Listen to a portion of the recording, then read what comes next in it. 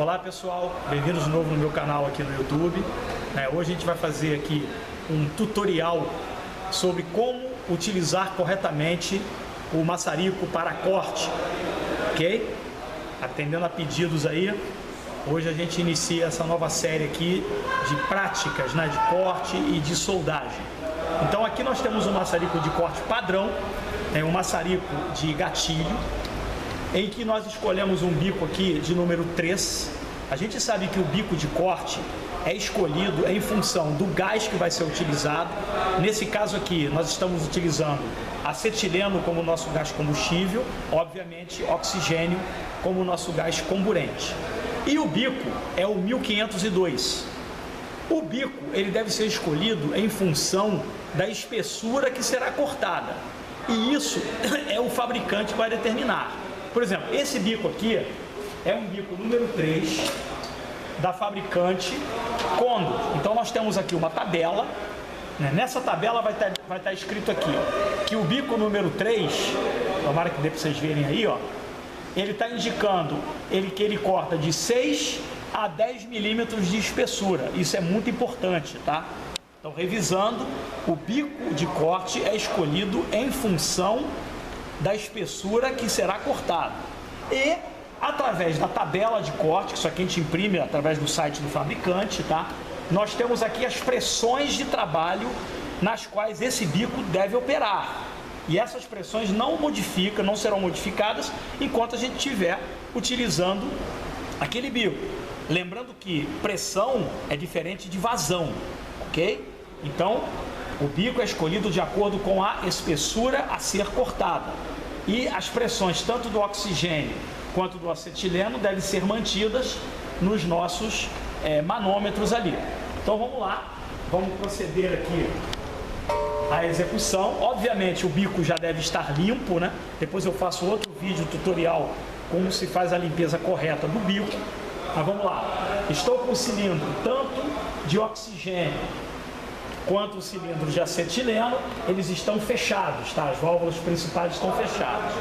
O oxigênio tem uma característica de alta pressão de armazenagem, então muito cuidado na hora que vocês abrirem a válvula.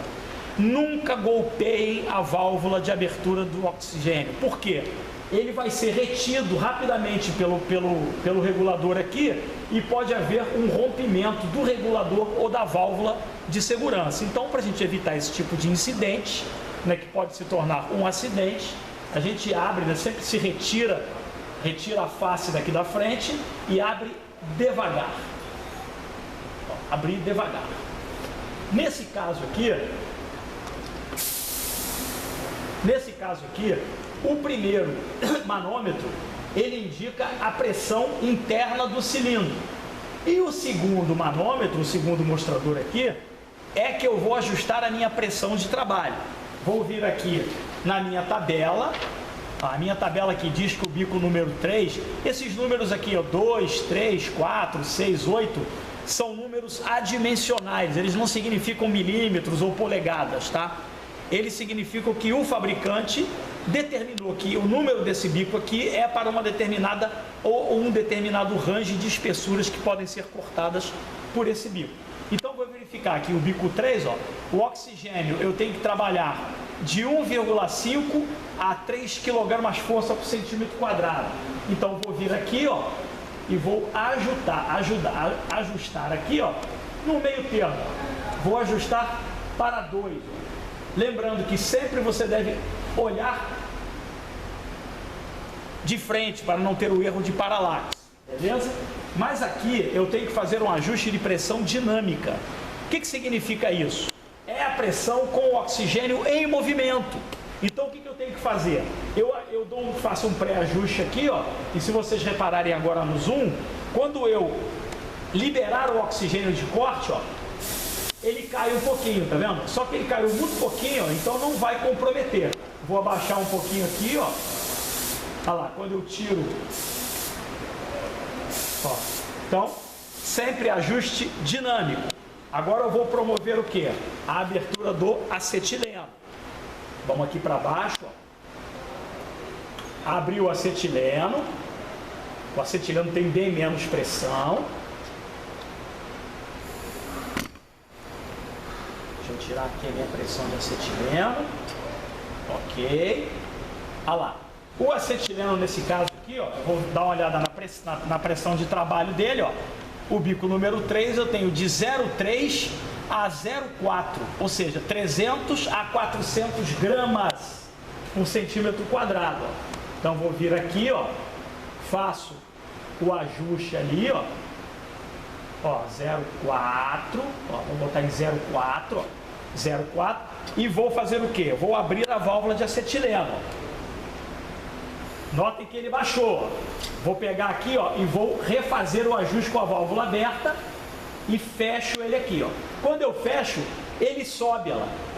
Só que eu quero fazer um ajuste aqui dinâmico, ó. Então quando eu abrir ele aqui de novo, ó, ele vai para 0,4 de novo, ó. Então o ajuste que importa é o ajuste dinâmico.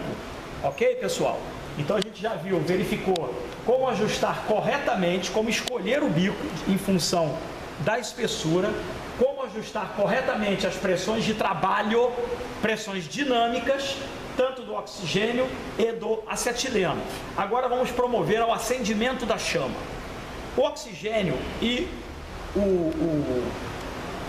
o acetileno, eles fazem uma mistura combustível. Porém, o combustível mesmo é o acetileno, que tem sua fórmula C2H2, é um hidrocarboneto. Se eu acender o maçarico só com o acetileno, ele acenderá.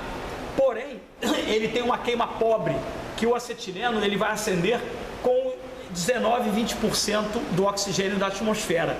Então eu começo a sujar internamente o meu bico. Então o ideal aqui é que nós façamos o acendimento com um pouco de oxigênio já na mistura. Então eu venho aqui, ó, abro generosamente o meu acetileno, abro um pouquinho do oxigênio, venho aqui e faço o meu acendimento. Já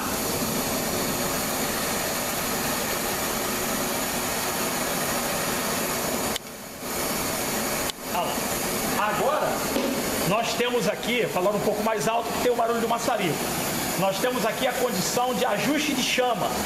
A melhor chama é a chama neutra. Como é que eu reconheço uma chama neutra? A chama do maçarico ela é dividida em duas fases aqui. A primeira fase é a fase mais quente, a região mais quente, que a gente chama de dardo, é aquele azul brilhante ali, ó. E eu tenho uma segunda combustão aqui, uma segunda região, que eu chamo de penacho.